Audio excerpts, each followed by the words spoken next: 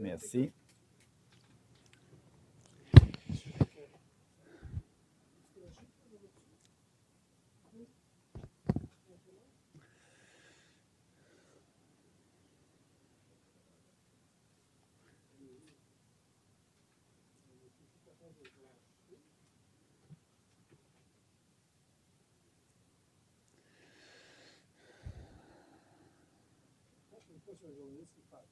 Ah, c'est correct, c'est correct.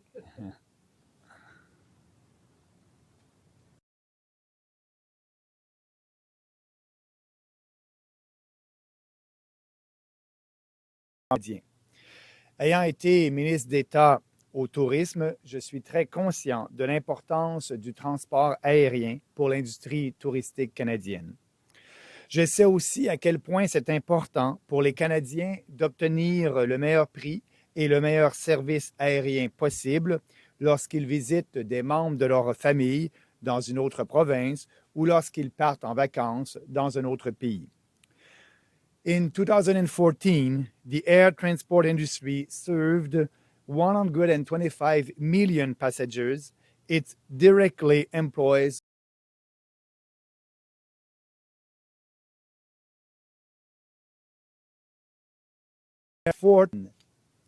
En termes de compétitivité des coûts, le Canada est au bas du classement du Forum économique mondial, se classant 124e sur 141 pays. L'aéroport Pearson à Toronto est le quatrième au monde où il coûte plus cher pour atterrir. Beaucoup de Canadiens ne prennent pas l'avion ou le font très rarement parce qu'ils trouvent cela trop cher et d'autres traversent la frontière américaine pour prendre l'avion parce que c'est moins cher là-bas. Tolérer une telle situation dénote un manque total de respect envers les consommateurs canadiens. If I'm elected leader of the Conservative Party of Canada and ultimately Prime Minister of Canada, I will remove the burden of excess taxes, privatize the airports, encourage more investment, and open the sector to more competition. In other words, I will let entrepreneurs and free markets play their role fully in order to bring more options, better services, and lower prices for Canadian consumers. Si je suis élu chef du Parti conservateur du Canada et ultimement Premier ministre du Canada, je supprimerai les taxes excessives, je privatiserai les aéroports, j'encouragerai davantage d'investissements et j'ouvrirai ce secteur à la concurrence. Nous devons réformer plusieurs aspects de l'industrie afin de concrétiser ces changements. The major reason why ticket prices are so high in Canada is that the federal government continues to treat airports as cash cows that should be milked as much as possible. In the 1919s, Ottawa transferred the management of 26 airports to nonprofit airport authorities, but it retained ownership of the land and asset and has been charging excessive airport rent since then. And according to the Canada Transportation Act Review Report submitted last February by the Honorable David Emerson, Ottawa has collected about $5 billion in airport rent since 1992. This is well in excess of the value of the assets transferred, even though Ottawa is not investing any money in those airports. These rents can represent up to 30% of airport operating budgets, costs that are, of course, passed on to travelers. La principale raison pour laquelle le prix des billets est si élevé au Canada est que le gouvernement fédéral continue de traiter les aéroports comme des vaches à lait qu'il faut traire le plus possible. Les frais de loyer que charge le gouvernement peuvent représenter jusqu'à 30% du budget de fonctionnement d'un aéroport. Et comme on le sait, ce sont des coûts qui sont bien sûr transmis aux voyageurs. De plus, des frais de sécurité allant jusqu'à 25 $ par passager dépassent le coût réel dépasse le coût réel des contrôles de sécurité de 18 en moyenne chaque année, et cela depuis plusieurs années. Encore une fois, au lieu de payer pour un service, les voyageurs sont pénalisés par une taxe injuste et excessive. Voilà pourquoi je veux abolir les loyers, privatiser les aéroports et les traiter comme toute autre entreprise, ce qui réduira les coûts et encouragera les investissements. Les aéroports privés sont le modèle qui prédomine ailleurs dans le monde.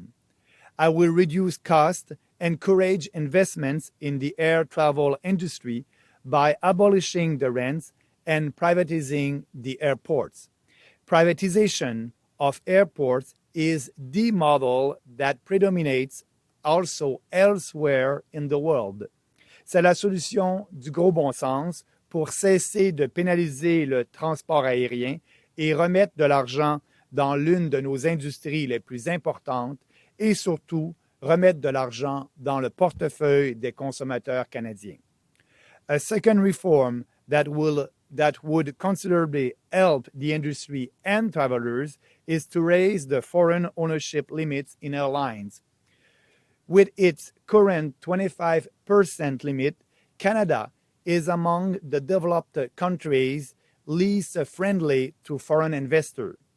And we are also the only major market in the world not served by ultra-low-cost airlines because they cannot get the necessary funding in Canada. Two new ultra-low-cost carriers backed by European and American investors, Interjet and Jetlines, have asked the Transport Minister to raise the foreign ownership limits to 49%. They want to connect smaller airports such as Hamilton, Quebec City, Halifax, or Edmonton that are underserved. The minister has yet to respond. This situation is unfair to Canadians who live in these cities and regions. This is why I will eliminate the 25% foreign ownership limits, but why stop to 49%? Australia and New Zealand allow 100% foreign ownership for airlines that operate domestic services. Une deuxième réforme qui aidera considérablement l'industrie et surtout les voyageurs est de relever les limites de propriété étrangère des compagnies aériennes canadiennes. Avec la limite actuelle de 25%, le Canada est parmi les pays développés qui sont les moins accueillants envers les investisseurs étrangers. De plus, nous sommes également le seul grand marché dans le monde non desservi par des compagnies aériennes à très bas prix parce qu'elles ne peuvent pas obtenir le financement nécessaire au Canada. Voilà pourquoi je supprimerai la limite de 25% de propriété étrangère, mais pourquoi arrêter à 49% lorsque l'Australie et la Nouvelle-Zélande permettent 100% de propriété étrangère pour les compagnies aériennes qui exploitent des services domestiques? Si les investisseurs étrangers ont suffisamment confiance dans notre économie pour établir un nouveau service de transport aérien, nous devrions les accueillir à bras ouverts. A third way to help consumers is to allow Porter Airlines to fly jets from Billy Bishop Airport in Toronto. Last November, the Liberal Transport Minister announced that he would not allow it. This was a reckless and unjustified decision. Une troisième façon d'aider les consommateurs est de permettre à Porter Airlines d'opérer des jets à partir de l'aéroport Billy Bishop de Toronto. Porter avait prévu d'offrir de nouvelles destinations telles que Vancouver, la Californie et les Caraïbes avec l'aide d'avions de C-Series qui ont une portée plus longue que les avions à hélice de sa flotte actuelle. Il faudrait permettre à Porter d'aller de l'avant avec son plan, car cela augmenterait la concurrence et ferait baisser les prix pour tout le monde qui souhaite aller ou partir de Toronto. A fourth important initiative will be for Canada to pursue more open skies bilateral agreements with other countries so as to increase the number of flights between Canadian cities and foreign destinations. As the Emerson report notes, Canada's policy until now has been to focus on protecting Air Canada and WestJet from too much competition on international routes. Because of this, Canadians have fewer options when traveling abroad. This contrasts with the policies of most other developed countries where consumer interests have been given a more predominant role. I would announce a real open sky policy agenda. It is time to put consumers' interests first. Une quatrième initiative importante pour le Canada serait de conclure davantage d'accords bilatéraux de ciel ouvert avec d'autres pays de manière à augmenter le nombre de vols entre les villes canadiennes et les destinations étrangères. Je veux mettre de l'avant un véritable plan en faveur davantage d'accords de ciel ouvert et il est grand temps de faire passer l'intérêt des consommateurs en premier. Ces réformes sont des moyens simples et efficaces pour libéraliser l'industrie canadienne des transports aériens, pour être équitable envers les voyageurs canadiens qui vivent dans des zones qui sont actuellement mal desservies et surtout pour faire preuve de respect envers les consommateurs canadiens qui sont forcés à cause de mauvaises politiques publiques de payer des prix beaucoup plus élevés pour leurs billets d'avion. Si je deviens chef du Parti conservateur du Canada et ultimement premier ministre, je vais mettre en œuvre ces réformes. And these reforms are in line with the resolution proposed by the Vancouver Centre Conservative Association and adopted at our party's convention last May. Merci beaucoup, merci et bonne journée. Et je suis disponible à répondre à quelques questions si vous en avez. Entre autres, la privatisation des aéroports n'a pas été réalisée sous le gouvernement précédent, par exemple. C'est une bonne idée. Bien, je pense que c'est une idée qui est en ligne avec des principes conservateurs, des principes de liberté, de responsabilité, de respect des consommateurs. Je suis candidat pour la course au leadership et c'est une politique qui est en ligne avec ça. Pourquoi le ministre des Transports sous le gouvernement Harper n'a pas adopté une telle politique? Faudrait lui poser la question à l'époque. Mais je pense que c'est la bonne chose à faire parce que justement, les aéroports privés sont les modèles qui sont dominants à travers le monde et ça permettrait de réduire considérablement les coûts pour les voyageurs. Surtout qu'actuellement, le modèle actuel, c'est que le gouvernement du Canada prend ces aéroports comme des vaches à lait et taxe les voyageurs beaucoup plus qu'ils ne le devraient. Et c'est ça qu'il faut cesser. C'est pour ça que le rapport a dit que c'est 5 milliards de dollars que le gouvernement du Canada a reçu de loyers que ces aéroports paient depuis 1992. Donc, il est temps de faire la réforme et le rapport Emerson, sorti en février dernier, le confirme. Juste pas pour faire un mauvais jeu de mots, mais on a vu les dons hier qui sont sortis, puis l'argent, c'est le nerf de la guerre dans une campagne. Vous êtes celui qui en avait récolté le moins des trois candidats. Est-ce que c'est que votre campagne a du plomb dans l'aile? Non, absolument pas. J'ai décidé d'opter pour une autre stratégie, comme vous le savez. C'est de faire des annonces en ligne avec des principes conservateurs, comme celle d'aujourd'hui, comme celle du mois dernier sur le traité de libre-échange avec la Chine, l'abolition du système de gestion de l'offre et plusieurs comme ça politiques vraiment en ligne avec les idées conservatrices. Ça a été le focus de notre campagne et depuis le mois de juillet, le focus de notre campagne est plus sur le financement. Mais je peux vous assurer que nous allons avoir les fonds nécessaires pour faire une campagne efficace à travers le Canada. Est-ce que vous voyez là que c'est parce que les idées que vous mettez de l'avant ne répondent pas nécessairement Non, absolument pas. Comme je vous l'ai dit, le focus de notre campagne n'a pas été sur la recherche de financement. Ça a débuté seulement qu'au mois de juillet. Et quand vous allez voir le prochain rapport dans quelques mois, vous allez voir que le financement est bel et bien là et les idées conservatrices que nous proposons sont bel et bien aimées par les membres du parti et par les Canadiens. You say that the airports have spent billions, far more than their value in rent over the last several years. Would you then sell it, or would you deem that they've already paid for the land? How would you go about privatizing the airport lands? No, I think you're right. They already paid for the land and the asset. Like the Emerson report said, the airports paid up to now since 1992. $5 billion. So it's a lot of money. It's more than the cost of the asset. So to do the privatization, it won't be to receive more money from the airport. it will be for having a competitive industry. So because the federal government received a lot of money from the rent since 1992.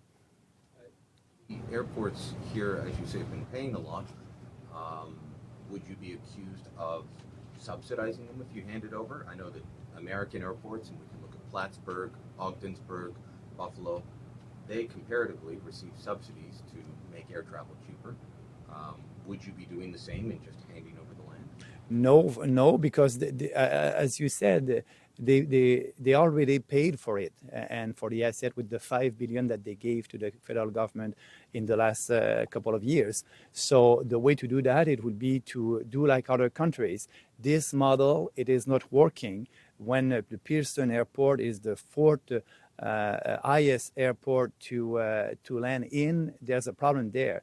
When 30% when 5 million of Canadians are crossing the border to take a plane in the U.S. because the cost is up to 30% less, there's a problem there. So the air transport industry has been seen by the government of Canada as a way to have more money in the global budget, in the budget of the government. So I think it's a time to end that and doing like the Emerson report just told us to do. And it's a great report.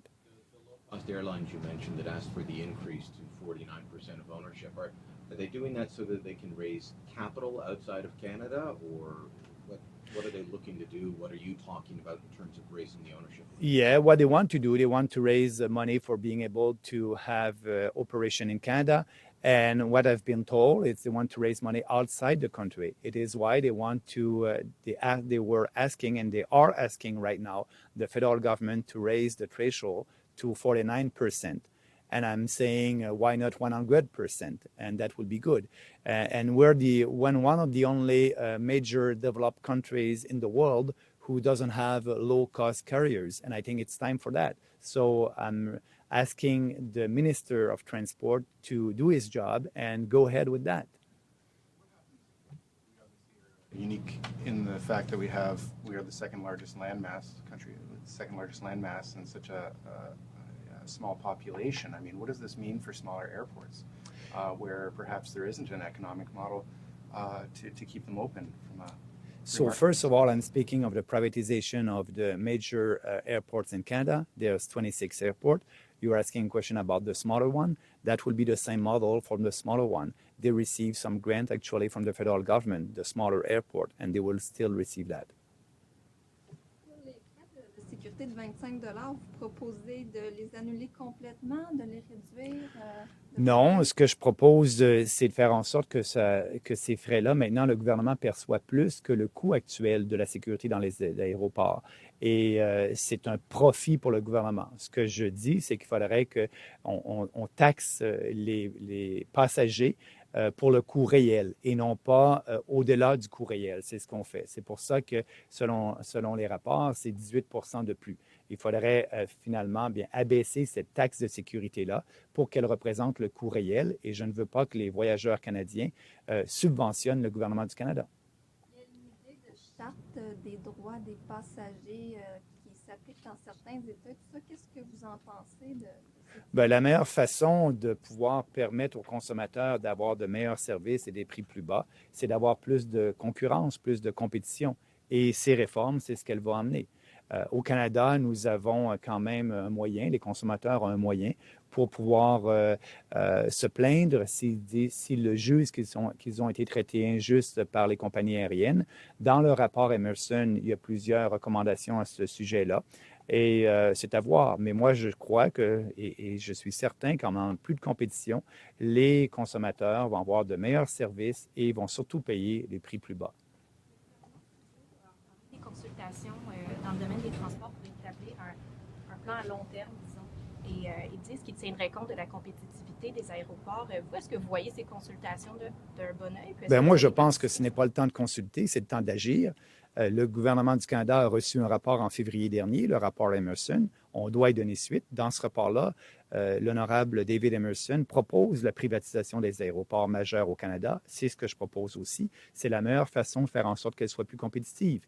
Lorsque le Canada se classe au 124e rang sur 141 pays au monde sur la compétitivité des coûts des aéroports, il y a un problème. Ce n'est pas le temps de consulter, c'est le temps d'agir. Et cette proposition-là, bien, est en ligne avec les principes conservateurs et surtout faire en sorte d'offrir aux consommateurs meilleurs services et payer moins cher pour leur billet d'avion. Il y a un problème lorsque 5 millions de Canadiens traversent la frontière pour aller prendre l'avion à Burlington ou à d'autres aéroports près de la frontière pour économiser jusqu'à 30 du prix. Et il faut agir maintenant. Je pense que ce n'est pas le temps des consultations. Votre collègue Jason Kenney a été un peu critiqué parce qu'il fait campagne pour la direction du Parti conservateur en Alberta, en même temps d'être député fédéral de Calgary-Mandeville. Vous, est-ce que vous voyez un problème à ça? Est-ce que c'est d'utiliser l'argent des contribuables pour faire une autre course à la direction? Mais M. Kenney s'est bien expliqué par rapport à ça et je pense qu'il a dit à la presse qu'il pense laisser son siège de député au mois d'octobre lorsque la course commencera officiellement. Et je sais qu'il travaille quand même pour ses commettants. Il était ici d'ailleurs à Ottawa il y a quelques semaines pour participer à un comité parlementaire. Donc, c'est son choix à lui. Et l'important pour moi, c'est qu'il puisse faire son travail en tant que député et il le fait très bien. News conferences than the other leadership candidates. You keep putting ideas out there, but Elections Canada numbers yesterday showed that in a three-horse race, you're third in fundraising. Does that worry you for the leadership race going forward? No, absolutely not. Like you just said, yes, you're right. I'm doing a lot of, I want to do a lot of debates with the other candidates on ideas. I'm doing the leadership for ideas, and I think we have the best ideas for Canadians for having more freedom and more prosperity in Canada. And that was the focus of our campaign in the beginning. And now the focus since July will be more on raising money. But no, I'm not. We are following our plan for the campaign, and it's going very well. And all our ideas are very well received by Canadians and by the members of our party. The airports, during the course of the Emerson study, I guess, most of them indicated they were not in favor of privatization. I think the only one that said it was Montreal. So what would you say to those airports that seem to be reluctant to move down this path? I'm saying that the model actually in Canada doesn't work. We cannot do worse than what we are doing right now in Canada. And it will be a process that will be respectful of the airport authorities in Canada. And the first one who want to be privatized, I think it's Montreal. So maybe we'll start by Montreal. There's a lot of airports and we'll follow the process in consultation with everybody. Yeah. Just to expand on that process a little bit, the indication I got from you is that basically you would let the airports just become a for-profit model. Is that how it works, or how does it work? Would you have a competitive, only the major airports in Canada, and like in other countries, like in Australia and the UK, all the major airports over there are privatized, and I think we must do that.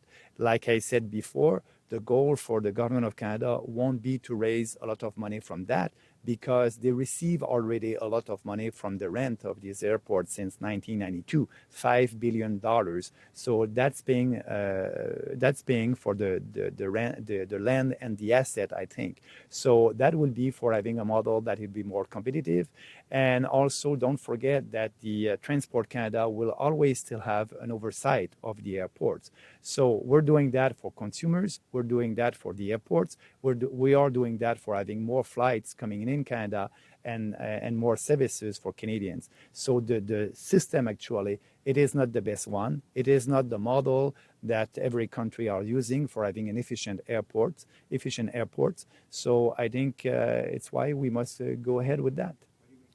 Revenue, government revenue. But that would be part of the Canadian budget. I think if you have a budget and a budget that is pro free markets, the corporation will, the budget will raise money for the budget in Canada.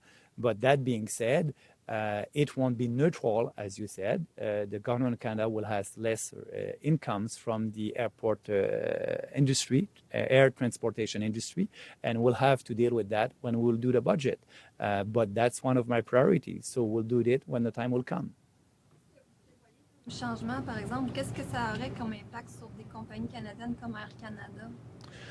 Bien, l'impact que je pourrais vous dire pour des compagnies qui veulent s'implanter ici au Canada à coût très bas prix, bien, ça va leur permettre de s'implanter au Canada, puisqu'on va éliminer la limite d'investissement étranger qui est à 25 %. On va l'éliminer et la monter à 100 %. Ces compagnies-là vont pouvoir avoir des fonds pour venir ici au Canada et offrir ce service-là aux Canadiens. En ce qui concerne Air Canada, il n'y a pas une proposition spécifique. Comme le rapport Emerson le dit, le but de la réforme, ce n'est pas de protéger le marché d'Air Canada ou WestJet, c'est de permettre plus de compétition. Et ces entreprises-là sont capables de compétitionner à travers le monde. Ça ne changera pas. Ça ne changera pas non plus la propriété de WestJet et d'Air Canada. Quand je parle d'augmenter la limite d'investissement étranger au Canada à 100 %, c'est seulement pour les compagnies qui vont opérer seulement à l'intérieur du pays. Donc, Air Canada et WestJet opèrent à l'extérieur du pays, dans d'autres pays, et la norme au point de vue mondial, c'est une limite de 49 %. Donc, les compagnies canadiennes vont continuer à être canadiennes à 49 %. Pour les compagnies qui veulent s'installer au Canada et opérer dans le marché canadien, la limite va être augmentée. Il n'y aura plus de limite. Ça va être permis à 100 % d'investir dans ces compagnies-là. Sur la gestion de l'offre, on a vu dans un reportage de Radio-Canada, les producteurs de votre région veulent nuire à votre campagne, veulent nuire aussi à la campagne, disons, à votre directeur de campagne, Jacques Gourde. À quoi ça sert d'être chef de parti si on n'est pas nécessairement réélu en 2019? Bien, premièrement, il faut savoir que c'est un groupe de pression qui défend leurs propres intérêts et ils ne défendent pas l'intérêt de 35 millions de consommateurs. Donc, j'ai une position pour faire en sorte que les consommateurs paient la moitié moins pour leur lait, pour leurs œufs, pour leur poulet. Et c'est une position qui est en ligne avec les principes conservateurs et je suis très fier de la défendre. Pour ce qui est des producteurs laitiers, je crois que ceux-ci vont être capables de compétitionner. Ils offrent un bon produit dans un marché ouvert et vendre leurs produits à travers le monde, comme ça s'est fait dans d'autres pays. Donc, ce que je tiens à vous dire, c'est que je vais toujours travailler comme je le fais pour avoir l'intérêt de l'ensemble des Beaucerons en tant que député de Beauce et non pas travailler pour un groupe d'intérêts particulier qui défend ses propres intérêts. Et c'est ce qu'ils font. Ils défendent leurs propres intérêts. Et moi, je défends l'intérêt de l'ensemble des Beaucerons, des Québécois et des Canadiens. Et je veux faire en sorte qu'ils paient la moitié moins cher pour ces produits-là. Donc, les Beaucerons jugeront dans 4 ans quelle est leur priorité. Mais je pense qu'être avec l'ensemble des Beaucerons, c'est la meilleure solution, c'est la meilleure position à avoir.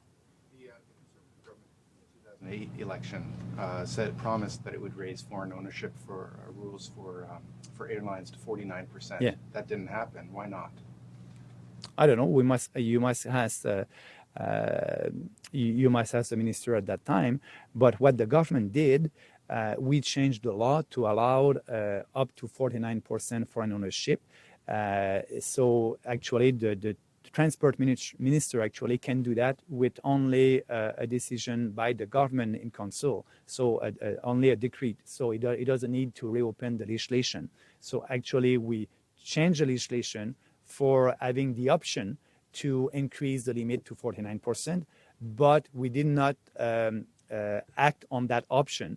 And now the transport minister has the occasion to do that without bringing a new legislation in from the parliament. Why the No, Conservative government? that was not my file at that time, and you must ask the person that was in charge of that file at that time. One of the caveats that was mentioned at that time was that it would allow for increased foreign ownership from countries where there would be a reciprocal arrangement with Canada. So basically, a country, Qatar, for example, could invest in Air Canada, but with the understanding that Canada could do the same back. Yeah, Is but that something you would, or would you kind of just open it up? okay, so you're speaking about Air Canada and WestJet. Just with regards to. But first of all, I just want to be sure that you understand that the foreign ownership for Air Canada and WestJet, they're Canadian airlines, it will be at 49%. That's the rules when we sign open sky agreements with other countries. So it's 49%. When I'm saying opening foreign investment to 100%, it will be for corporations who are operating in the Canadian markets only. So airlines or carriers that want to operate in Canada only. So it can be up to 100%. And for Air Canada and WestJet, because they are operating in Canada and outside the country, the limit will be at 49%. Merci beaucoup. Thank you very much. Have a nice day.